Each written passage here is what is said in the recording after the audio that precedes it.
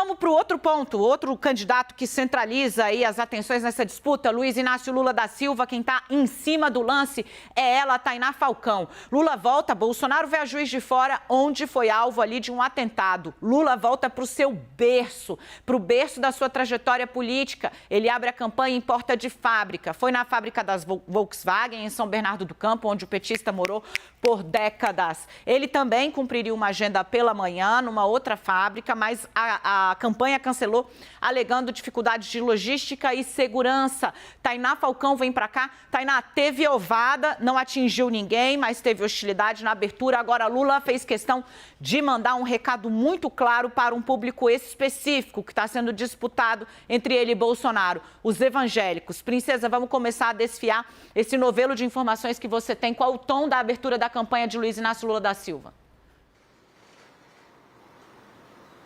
Oi, Dani, tudo bem? Bom, começou, né? E a gente estava nessa expectativa de qual seria a primeira fala do ex-presidente Lula, para quem que ele sinalizaria. E, dentre outros pontos que foram destrinchados aqui por ele, claro, uma fala que começa com um agradecimento, com uma retrospectiva do início da sua carreira política em São Bernardo do Campo, como metalúrgico, agradecendo a presença dos funcionários da sede da Volkswagen. Teve esse gesto aos evangélicos. A gente vem tentando montar o quebra-cabeça com os coordenadores políticos da campanha do Lula para saber qual aceno ele vai fazer e se haverá um aceno explícito. Até agora ainda não tínhamos uma fala dessa, como a gente viu hoje, de Lula falando abertamente ao público evangélico. Já foi lá no meio da fala dele, né, depois dele fazer toda essa retrospectiva da carreira política, de pontuar. Também ele estava com uma pasta, Dani, fazer uns apontamentos aqui de como que ele deixou o governo, né, de quantos carros eram produzidos e de quantos carros deixaram de ser produzidos, segundo ele, no governo Bolsonaro. Ele falou a esse público. Falou sobre duas leis que foram criadas durante a sua gestão, sobre o Dia Nacional da Marcha para Jesus e também sobre a Lei da Liberdade Religiosa. Vou pontuar aqui as falas do ex-presidente Lula em relação a esse tema.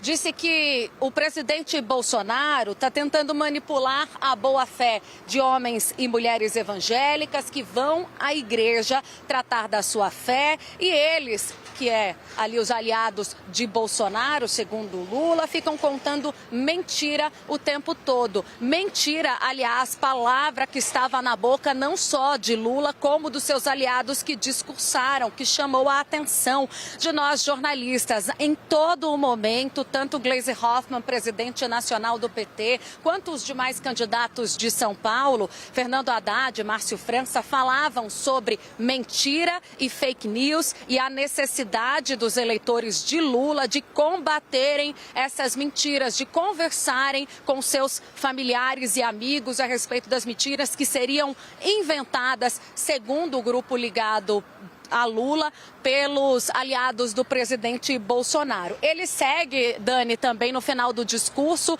com um apontamento que já vem sendo feito em relação ao auxílio emergencial. Falamos bastante sobre isso, mas pela primeira vez fala que direcionou a bancada do PT no Congresso Nacional para votar sim pelo auxílio. E explica que não vai deixar, né, ele nesse sentido, em outras palavras, que não é para ninguém ficar sem dinheiro para ter o que fazer, ter que comer, porque as pessoas desempregadas peguem esse auxílio emergencial, e é o que ele tem dito, e votem em outra pessoa. Isso a gente já falou bastante aqui também, Dani.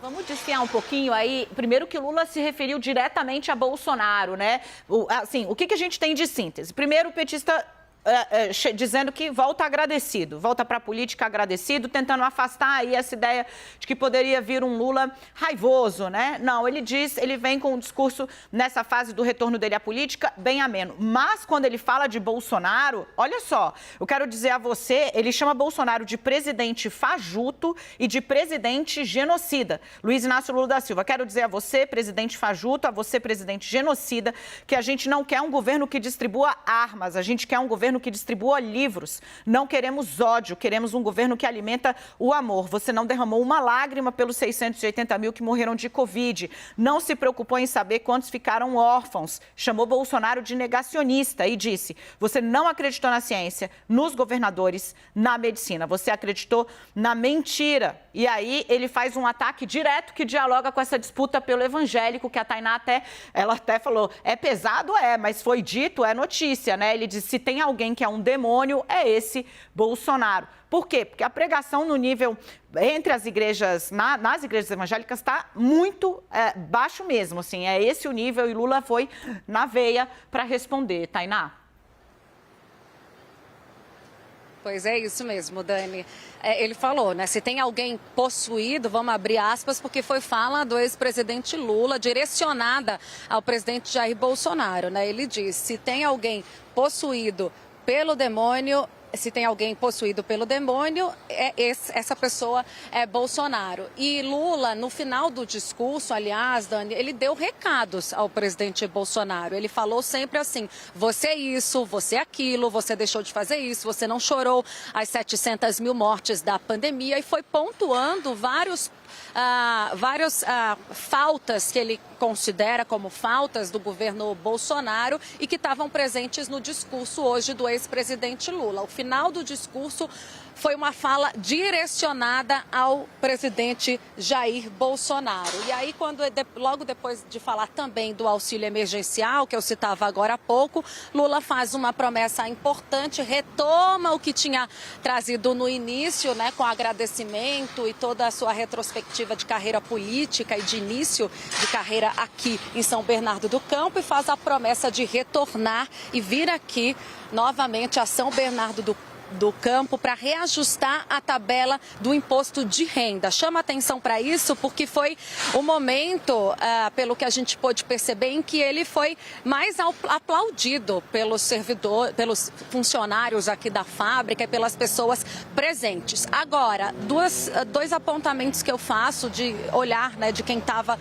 em loco aqui acompanhando o discurso do ex-presidente, Dani. Primeiro, ali na frente, ele discursou ali de cima daquele carro, né? Um carro pequenininho, tinham 6 pessoas ali em cima, acompanhado dos seus aliados. Embaixo ficavam as pessoas, do outro lado da grade também, as pessoas que estavam aplaudindo e que estavam assistindo e vibrando com o ex-presidente Lula, estavam todas concentradas aqui. Aqui atrás também tinha muita gente, mas o que a gente percebe é que o pessoal que estava mais aqui atrás estava mais assistindo, como se quisesse saber o que ele tinha a dizer. Dani, além, claro, você já citou a ovada, né? Não caiu em ninguém, mas teve uma pessoa que jogou um ovo aqui, logo foi contida e tirada do local.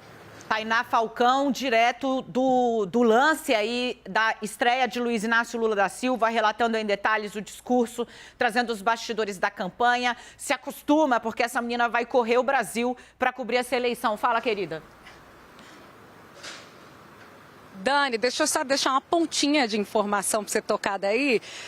Não estavam presentes, né? Nem a Janja, eu te falei isso mais cedo quando a gente trocava sobre o início aqui desse ato, nem a Janja, que está sempre com o ex-presidente Lula, a companheira dele, mulher, foi citada no discurso, mas não veio porque tem agenda em Heliópolis. É uma caminhada com mulheres às 4h da tarde, então ela não vai também acompanhá-lo em Brasília. E Alckmin, que não foi ontem para a USP, também não veio aqui para a sede da Volkswagen em São Bernardo do Campo, vai seguir ele sim com o presidente Lula para Brasília.